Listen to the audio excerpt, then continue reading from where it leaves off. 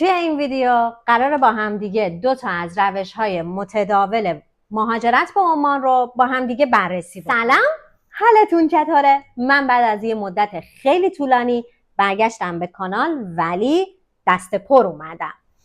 امروز قراره در مورد ثبت شرکت و اخذ اقامت عمان و همچنین اخذ اقامت عمان از طریق جاب آفر با هم دیگه حرف بزنیم. من دفتر اخذ اقامت ندارم، دفتر مهاجرتی ندارم و قرار نیست که تبلیغات بکنم بهتون. قراره که تجربه شخصیم رو با آنچه که توی این 5 ماه اینجا دیدم و شنیدم باهاتون در میون بذارم که اگر میخواین وارد این مسیر بشین با چشم باز بیاین.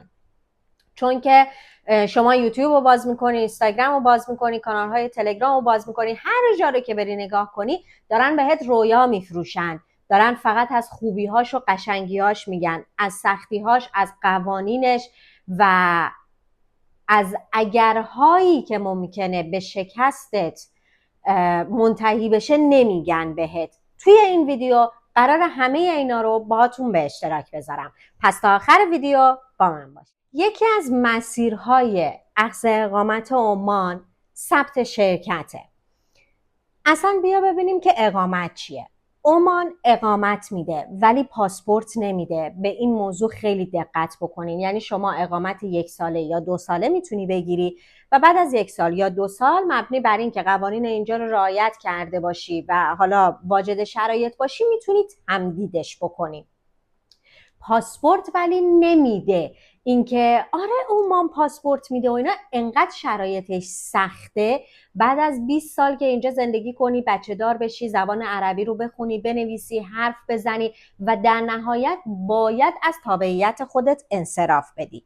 پس اقامت یک مدل شهروندی موقته که شما اجازه کار داری، اجازه کار و زندگی توی این کشور داری. خب اینو حتما در نظر بگیرید.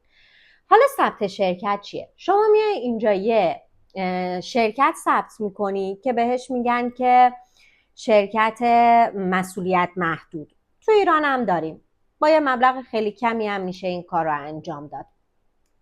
روی ثبت شرکتی که انجام میدی اقامت 1 یا 2 ساله میگیری. هزینهش چقدره؟ الان بسیاری از شرکت ها 850 ریال میگیرن، 850 ریال عمانی. امروز که داریم با هم دیگه حرف میزنیم ریال عمان 240 خورده ایه. دیگه خودتون ماشین حساب کنید، بزنین تو ماشین حساب. منظورم چشتم میگفتم ما پارسال که اقدام کردیم 960 ریال دادیم. بعدش برای دست چک و برای افتتاح حساب و اینها هم هی 50 ریال هزینه های مضاعف دادیم. ولیکن الان بسیاری از شرکت ها یعنی کلن از 850 ریال قیمتش شروع میشه. شما میای ثبت شرکت میکنی، اقامتتو میگیری، یه کارت اقامت بهت میدن مثل همون کارت ملی خودمون و میتونی بیای توی عمان کار و زندگی بکنی. ثبت شرکت به درد کیا میخوره؟ ببین، کسی که میخواد بیاد اینجا کاری رو راه بندازه، چه با سرمایه چه بی سرمایه. خودمون هم میدونیم هزاران شغل هست که میشه ازش پول در آورد که احتیاج به سرمایه اولیه نداره. یه آدمایی رو من اینجا میبینم یه خلاقیت هایی دارن برای پول در آوردن که اصلا آدم دهنش باز میمونه که خب دمشون گرم. ولیکن تا پارسال این مسیر خیلی راحت بود. از وقتی که این قانون رو گذاشته که شما حتما باید کارمند عمانی استخدام بکنی، باید در نظر بگیری اینها رو که اگر اومدی و ثبت شرکت کردی و اقامت اینجا رو گرفتی و نتونستی کارمند عمانی استخدام بکنی که بالاخره بیمه میخواد، حقوق میخواد و این مباحث، شرکتت بند میشه و نمیتونی دیگه باهاش فعالیت بکنی. اینا رو در نظر بگیرین. از اون طرف یه سری تبلیغات ممکنه ببینی که آره طرف رفته اونجا مثلا پلاستیک توی عمان ممنوع شده، از این پلاستیک های پارچه‌ای طور، پلاستیک که دیگه نه، مثلا پاکت های پارچه‌ای طور جنس شبیه لایچسب میمونه، حالا خانما بهتر میدونن. از اونا دارن الان توی فروشگاه ها میدن. کی برد میکنه؟ اونی که اومده اینا رو داره تولید میکنه. خب شما اینو میبینی یکی اومده این کار کرده و موفق شده و ریال عمان هم که 250 برابر تومنه و برم پول پارو کنم. کسی موفق میشه که در ایران تولید کننده بوده باشه، تو کار تولیدات بوده باشه، این کار رو انجام داده باشه، پشتش پر باشه، حالا بیاد اینجا هم این کار رو انجام بده. منی که هیچ سررشته‌ای توی این قضیه ندارم، صرفاً چون یه سری تبلیغات میبینم هی اسکرول میکنم این رفته کارگاه زده، اون رفته پول درآورده، بلندشم بیام، خب معلومه که شکست میخورم. میلیاردها میلیارد سرمایه هم بیارم، زمین میخورم و برمیگردم و سرخورده میشم. پس یه چیز رو در نظر بگیرین، اگر قراره که بیاین اینجا کاری رو راه بندازین، باید بیاین اون کاری رو راه بندازین که درش تجربه و تخصص دارین. خب چون یه سری تبلیغات میبینین طرف رفته هندونه کاشته مثلا وضعش خوب شده، تو باید تو ایران هم هندونه کاشته باشی، کشاورز بوده باشی، کار کرده باشی که بیای اینجا اون کار رو انجام بدی. ثبت شرکت به درد این افراد میخوره که کار کردن، مثلا بریم عمان واردات صادرات کنیم. خب تو باید یا توی شرکت بازرگانی کار کرده باشی یا تجربه تجارت داشته باشی. همینجوری نمیتونی بیای هی اسکرول میکنی میبینی که آره زعفرون بذار تو فلان اپلیکیشن امارات بفروش، نمیدونم هل بذار توی اپلیکیشن عمان بفروش. اصلا این چیزا نیست. عمان 5 میلیون جمعیت داره که نصفش مهاجره، یعنی 2,500,000 نزدیک 3 میلیون عمانی اصلا داره. آیا این بازار اصلا کشش اون کاری که تو میخوای بیای اینجا انجام بدی رو داره؟ اینا خیلی مهمه، در مورد اینا تخصصی نگاه کنید به قضیه و تحقیق بکنید و بعد هزینه کنید. شما میای به تومن تبدیل میکنید، میگی یعنی چی؟ یعنی من با 200-300 میلیون کمتر میتونم میام اقامت تو عمان بگیرم؟ آره شاید مبلغ اینجوری باشه که خب من میتونم راحت جورش کنم اقامت رو بگیرم، ولی وقتی میای اینجا حداقل 6 ماه 9 ماه تو باید تومنت رو بیاری به ریال عمان تبدیل کنی و زندگی کنی تا به درآمد برسی، تا روی قلتک بیفتی. تومنی که وقتی میاریش اینجا میشه 1,250. تازه امروز که داریم ما هم حرف میزنیم، تا 4 روز پیش 220 تومن بود، تو 4 روز شده 250 تومن. یعنی اینجوری ریال ایران داره سقوط میکنه و به اینا خیلی توجه بکنین، اسیر موج تبلیغات نشین. اوکی؟ چه مشاغلی اینجا مثلا خوبه براشون؟ چیزی که من توی این چند ماه اینجا دیدم، MDF کارا مثلا اینجا خوب میتونن کار بکنن به صورت مثلا پروژه‌ای. بیا اینجا شرکت ثبت کنی، حالا یه ریز زبانت هم خوب باشه، روابط عمومیت هم خوب باشه، با 4 نفر آشنا بشی، پروژه بگیری. یا کسایی که معماری داخلی انجام میدن، یا چه میدونم کسایی که توی کارهای آنلاینن، تبلیغات و مارکتینگ و این چیزها، مثلا اینجا خیلی خوب میتونن کار بکنن. یا کسایی که شغل آنلاین انجام میدن، شغلای فریلنسری و ترید و اینها انجام میدن، خب اینجا خیلی براشون خوبه. قطعی برق نداری، قطعی اینترنت نداری، سرعت اینترنت خوبه. البته که سرعت اینترنت عمان نسبت به بقیه کشورهای حوزه خلیج فارس پایین‌تره نسبت به ایران. خب پادشاهیه برای خودش. قطعی اینترنت نداری، حساب بانکی بین الملل میتونی باز بکنی و خیلی از محدودیت هایی که داخل ایران هست رو اینجا نداری و اگر زرنگ باشی خب قاعدتا خوب میتونی کار بکنی. این از قضیه ثبت شرکت. و در مورد ثبت شرکت هر سوالی که دارین برام کامنت بکنین که من بیام با سوالات شما باز ویدیو بسازم و هی اطلاعاتمون رو با هم دیگه دور هم بروز بکنیم و از این صحبت ها. ثبت شرکت رو کامل پروسش رو براتون توضیح بدم. ببین شما هیچ کاری لازم نیست بکنی، یه دونه عکس پرسونلی تو با عکس پاسپورتت که بالای 6 ماه اعتبار داشته باشه رو میفرستی برای شرکت هایی که این کار رو انجام میدن و پروسه رو شروع میکنن. کمتر از 2 ماه میشه اقامت عمان رو گرفت. پروسه رو استارت میزنن، ویزای شما رو در میارن که ویزای 3 ماه هست و شما 3 ماه فرصت داری که وارد خاک عمان بشی. وارد خاک عمان میشی، میری یه سری آزمایشگاه ها هست که حالا با خودشون قرارداد دارن، به شما معرفی میکنن، میری اونجا یه سری آزمایشات انجام میدی، میری پلیس عمان و کارت اقامتت رو میگیری و این پروسه خیلی سریع اتفاق میفته. البته که هی مدام داره قوانین جدید میذاره و کار رو داره سخت‌تر میکنه، این رو هم در نظر داشته باشید. و شما دیگه میتونی ساکن عمان بشی. خوبی عمان اینه که شرط حضور در خاک عمان رو نداره. شما میتونی اقامت عمان رو داشته باشی، کسب و کارت هم اینجا راه بندازی، 4 تا پرسنل بذاری بالا سر کار، ولی کن خودت مثلا ایران باشی. اما 6 ماه یک بار باید حتما ورود بزنی که اقامتت باطل نشه. این از مسائل ثبت شرکت. میریم سراغ جاب آفر. جاب آفر چیه؟ شما میای توی عمان یه کارفرما پیدا میکنی که اون شغلی که مد نظر تو هست رو داره و احتیاج به پرسنل داره.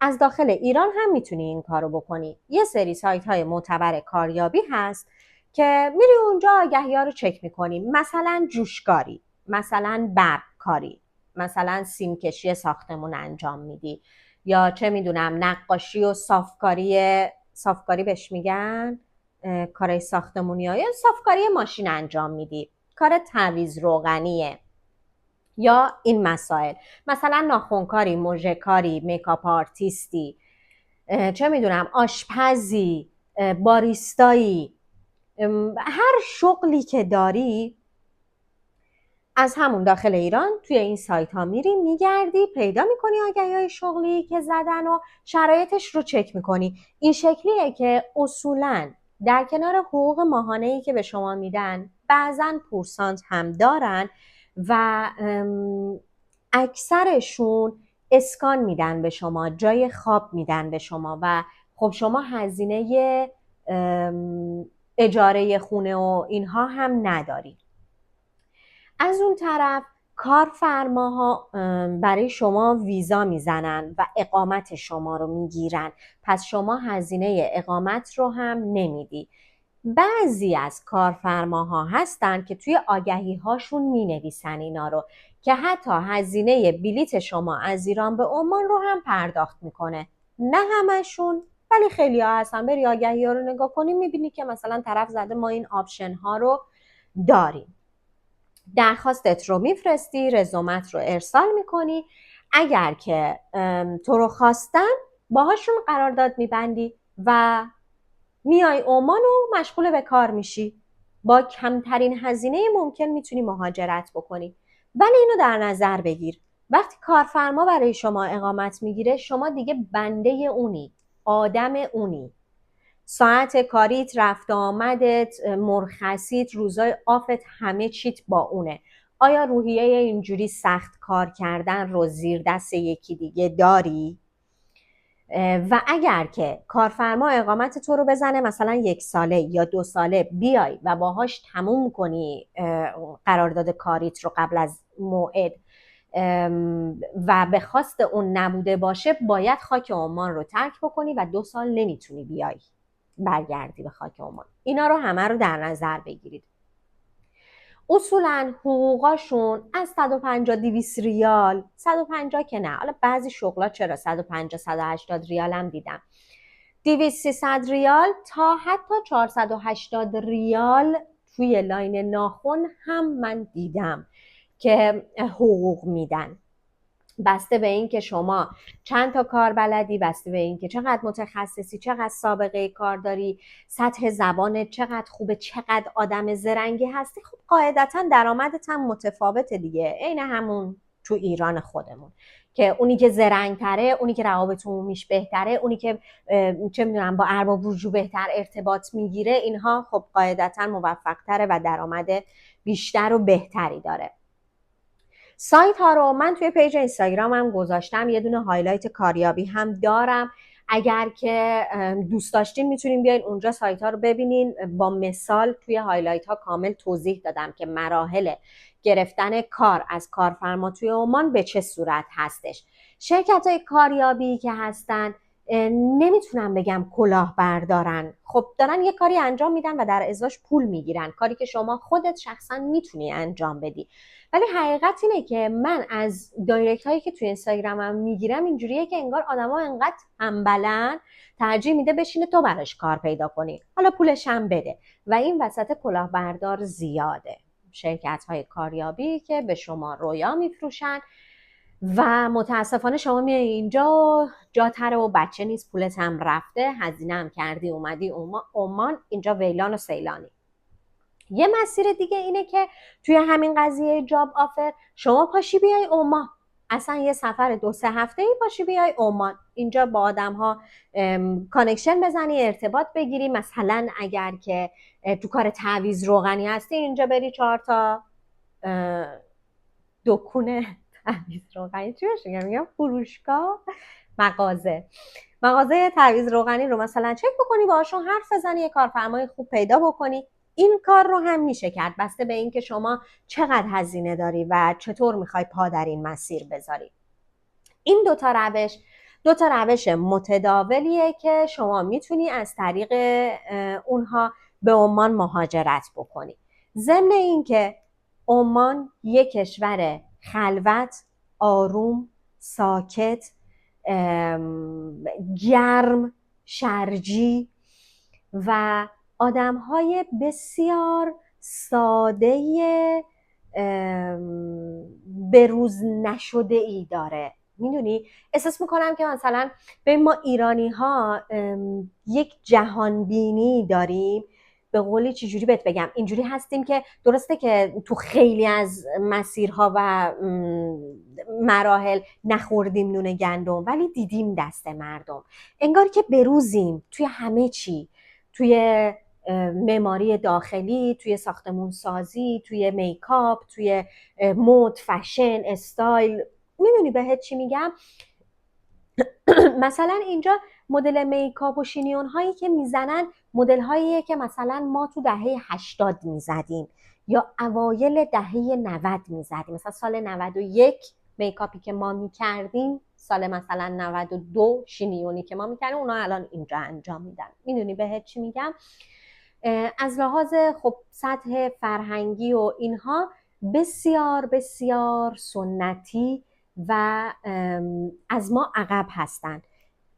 نشه که عمان رو مثلا بیای با دبی مقایسه بکنی که دبی یه شهر خیلی زنده، پرشور، شلوغ، پر از موقعیت شغلی، پر از تفریحات مختلف. اینجا اصلا اون خبرها نیست. اینا رو حتما در نظر داشته باشید. و چی میخواستم بگم؟ یه جامعه خیلی بسته و سنتی هم داره. همه اینها رو باید ببینید قبل از اینکه بخواید اقدام بکنید و هزینه بکنید برای مهاجرت به عمان. دیگه چی بهتون بگم؟ یه مسیر دیگه هم هستش که خب درصد کمی از آدم‌ها از اون مسیر میتونن بیان، چون سرمایه سنگینی میخواد، خرید ملکه. در یک سری از مناطق عمان که خارجی ها اجازه خرید ملک دارن، شما میتونین ملک بخرین و در ازاش اقامت 99 ساله بگیرید، یعنی اقامت دائمی که احتیاج به تمدید نداره. و اون مسیر هم هست که خونه ها اصولا من دیدم که آپارتمان های کوچیک 50 متری هم هست که قیمتاش از مثلا 50,000 40-50,000 ریال عمانی شروع میشه به بالا، ولی اغلب 80,000 ریال به بالای قیمت ها. و شما با خرید یه ملک میتونی اقامت خودت و خانواده و فرزند و اینها رو بگیری. البته که شما ثبت شرکت میکنی، اقامت میگیری برای همسر و فرزندان فکر میکنم زیر 21 سالت یا 18 سالت، اینو دقیق نمیدونم، شک دارم حقیقتا، بعد قبل از ویدیو چک میکردم یادم رفته بود. میتونی اقامت اونها رو هم بگیری. بهش میگن که اقامت فامیلیه دیگه. اقامت فامیلی اجازه کار نداره. مثلا شما اگه ثبت شرکت کردی اقامت همسرت رو گرفتی، همسرت اینجا نمیتونه کار بکنه. در صورتی میتونین کار کنین که شریک تجاری اون شرکت باشین. یه چیز دیگه هم بهتون بگم، شما وقتی ثبت شرکت میکنی نمیتونی بیای اینجا برای یکی دیگه کار کنی، مگر اینکه شرکت شما با اون شرکتی که قراره توش کار بکنین قرارداد ببنده. اینجوری شرکت شما داره فعالیت میکنه دیگه. حالا من این سری اطلاعات رو بهتون دادم. شما اگر که سوالی داشتین بپرسین، من روی سوالهایی که میپرسین باز میام ویدیو میسازم و در اختیارتون قرار میدم. مرسی که تا اینجا این ویدیو با هم بودین. خدافظ. سابسکرایب کنین، کامنت بذارین، لایک بزنین، نظراتتون رو بگین. من مونده تا عادت کنم به محیط یوتیوب. و پیج اینستاگرام هم حتما فالو کنین، اونجا خب بیشتر فعالم قاعدتا.